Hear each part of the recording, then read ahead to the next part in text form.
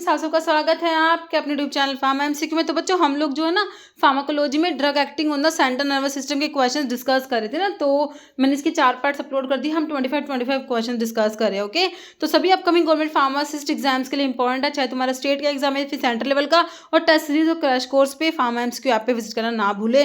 तो अभी देखिए हम देख लेते हैं इसके क्वेश्चन के fill in the blank and choose the correct option. Imipramine dash derivative जो कि डैश एजेंट है ना, तो यहाँ पर इमीप्रामिन में बेसिकली तुम्हें पता होना चाहिए कौन सा न्यूक्लियस है, उसके अकॉर्डिंग क्वेश्चन है। तो आपको पता है इमीप्रामिन में तुमको क्लासिफिकेशन में क्या बताया था, हमारे टीसीएस जो होते हैं ट्राइसाइक्लिक एंटी डिप्रेसेंट्स में, उसमें एक तो होते हैं एन 5-HT रीअपटेक इनिबिटर होते हैं, एक प्रिडोमिनेटली एन रीअपटेक इनिबिटर। तो एन 5-HT रीअपटेक इनिबिटर में तुम्हारा इमीप्रामिन आया था, है ना।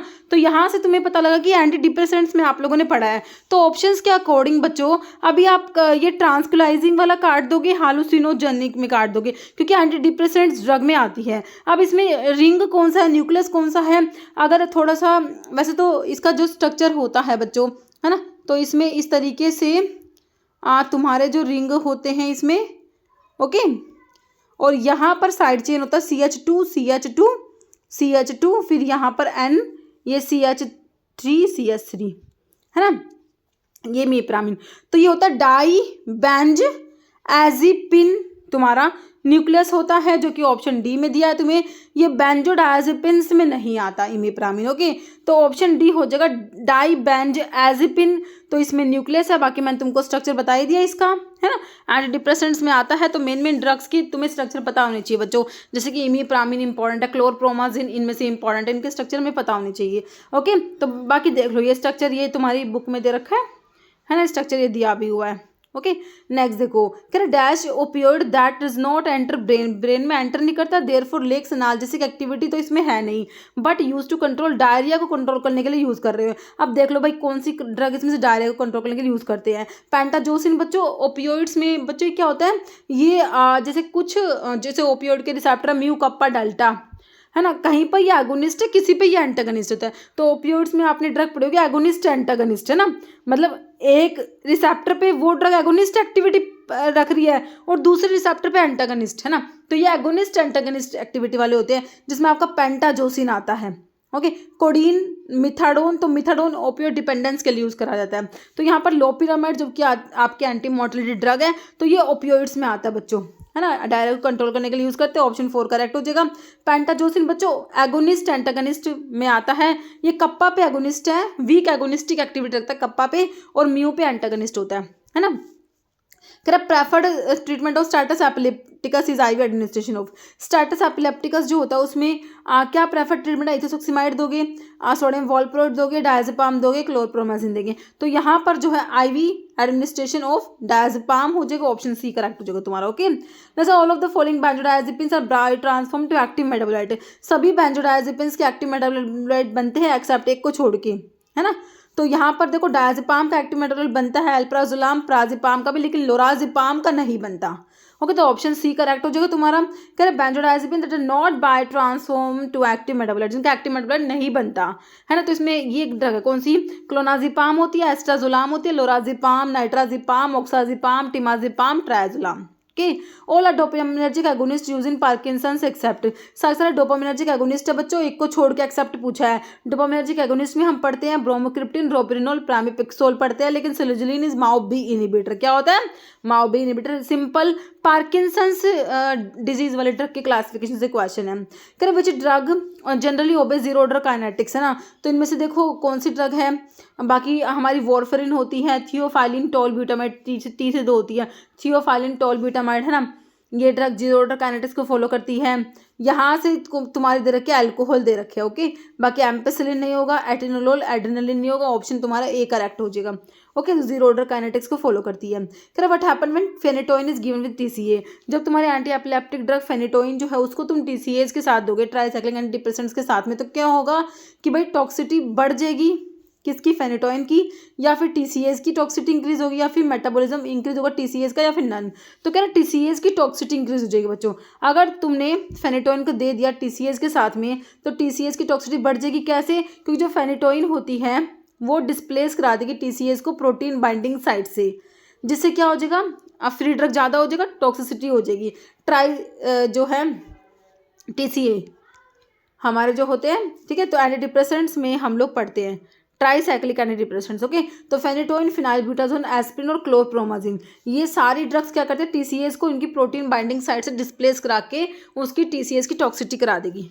कह रहे एक्टिव मेटाबोलाइट डायजेपाम का भी आपने देखा था, डायजेपाम का एक्टिव मेटाबोलाइट बनता है तो नोइट्राजेपाम बनेगा, नो डायजेपाम, डिसमिथाइल फ्लोराजेपाम, नन। तो इनमें से बच्चों आप नो डायजेपाम आंसर कर देंगे। बाकी कौन कौन सी है, देखो डिसमिथाइल डायजेपाम भी होता है इसका एक्टिव मेटाबोलाइट, ओक्साजेपाम भी होता है ना। Liver microsomal enzyme are stimulated by, enzyme inducer कौन सी है, सिमेटिडीन इज एंजाइम इनहिबिटर बच्चों, फिनोबार्बिटोन, एड्रेनलिन या प्रोकेन। तो फिनोबार्बिटोन आपका जो है एंजाइम इंड्यूसर होता है, ऑप्शन बी करेक्ट हो जाएगा, जो कि बार्बिचुरेट्स में फिनोबार्बिटोन आता है। कह रहे फॉलोइंग एजेंट सेलेक्टिवली सीरोटोनिन के रीअपटेक को इनहिबिट कराएगा, मतलब SSRI selective serotonin reuptake inhibitor है ना। फ्लॉक्सिटिन पढ़ा है, फ्लोक्सामिन पढ़ा, fluoxetine, fluvoxamine, sertraline, citalopram, escitalopram, paroxetine, this all are SSRIs है ना।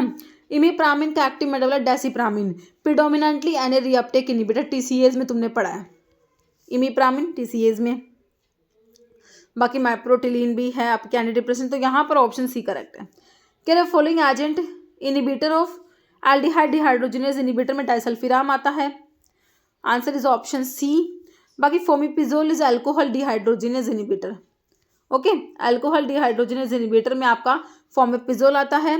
नाल्ट्रिक्सोन प्योर ओपियोड एंटागनिस्ट होता है, नलोक्सोन, नाल्ट्रिक्सोन, नैल्मिफिन, ओके। यहाँ पर आंसर ऑप्शन सी करेक्ट हो गया तुम्हारा।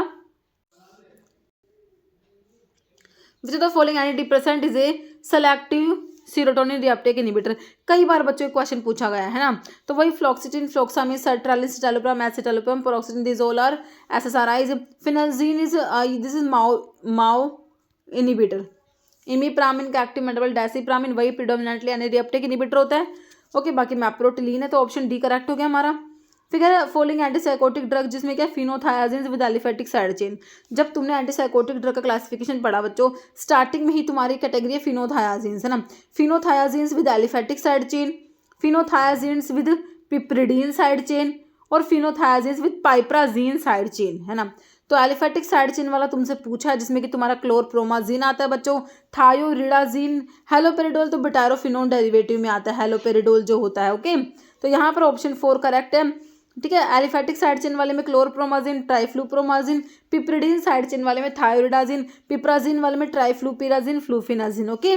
बाकी थायोजैंथिन्स में फ्लूपेंथिक्सोल, थायोथिक्सिन, बुटायरोफिनोल में हेलोपेरिडोल, ट्राइफ्लूपेरिडोल, पेनफ्लूरिडोल, HTP से याद कर लो, हेलोपेरिडोल, ट्राइफ्लूपेरिडोल, पेनफ्लूरिडोल। अदर हिटेरोसाइक्लिक्स में पीमोजाइड, लोक्सापिन, ये सब ड्रग्स आती है। टिपिकल एंटीसाइकोटिक्स काफी इंपॉर्टेंट है।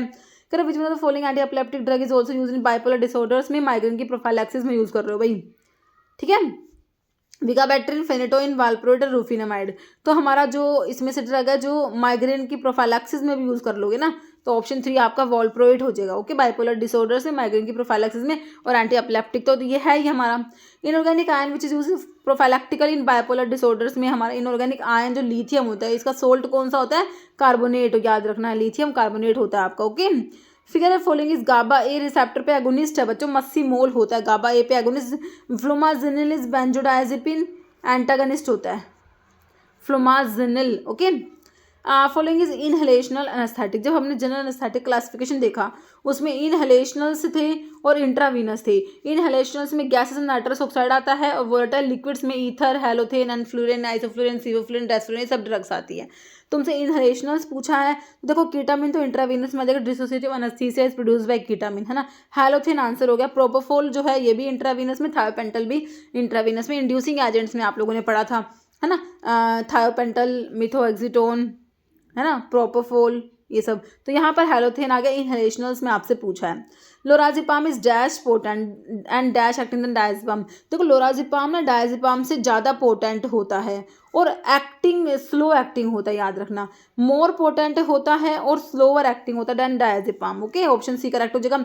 इथेनॉल एंटीडोट होता है किसकी पॉइजनिंग के लिए, भाई मिथेनॉल की पॉइजनिंग के लिए एंटीडोट होता है तुम्हारा इथेनॉल होता है, ऑप्शन ए करेक्ट है। Principal action of monoamine oxidase inhibitor, MAO inhibitor करेंगे भाई, माओ एंजाइम को इनिबिट करा देंगे, है ना।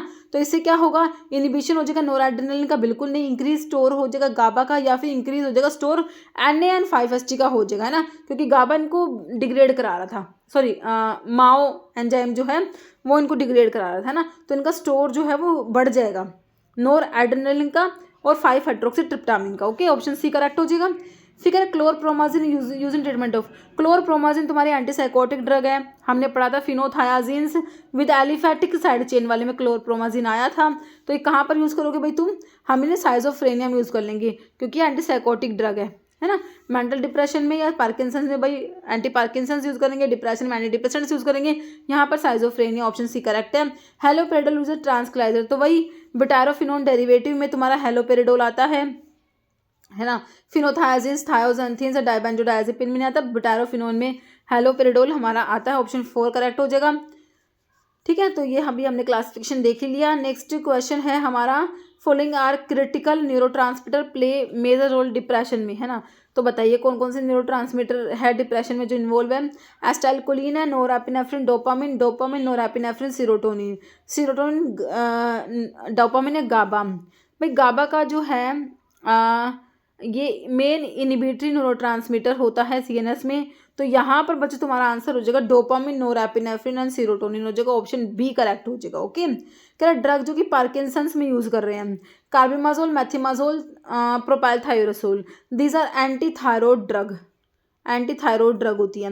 Carbidopa, benserazide, peripheral decarboxylase inhibitor होते हैं जिनको हम पार्किंसंस डिजीज में यूज करते हैं। कार्बाकोल या कार्बामाजेपिन यहाँ पर नहीं होगा, तो ऑप्शन जो है बी हो जाएगा, पार्किंसंस की ड्रग पूछिए हमसे।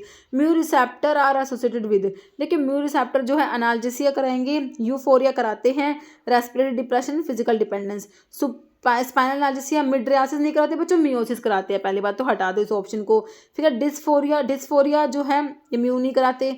फिर कह रहे हैं कि रेस्पिरेटरी स्टिमुलेशन ना करके डिप्रेशन कराते हैं, तो आंसर क्या निकल के आया, ऑप्शन तुम्हारा ए ही निकल के आया।